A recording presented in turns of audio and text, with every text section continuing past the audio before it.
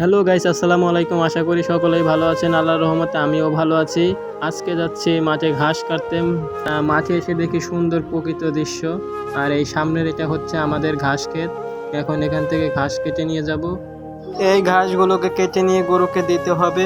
গরু পুষতে হলে প্রথম বিষয়টা হচ্ছে ঘাস লাগবে। ঘাস ছাড়া গরু পোষা অসম্ভব।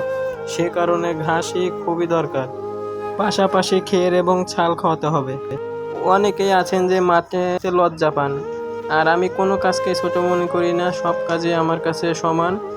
যখন যে কাজই করতে বলে বাড়ি থেকে সেই কাজই করে ফেলি, কোনো লজ্জা না করে। এখন মূলত আমরা ঘাসগুলো আঁটি বানছি।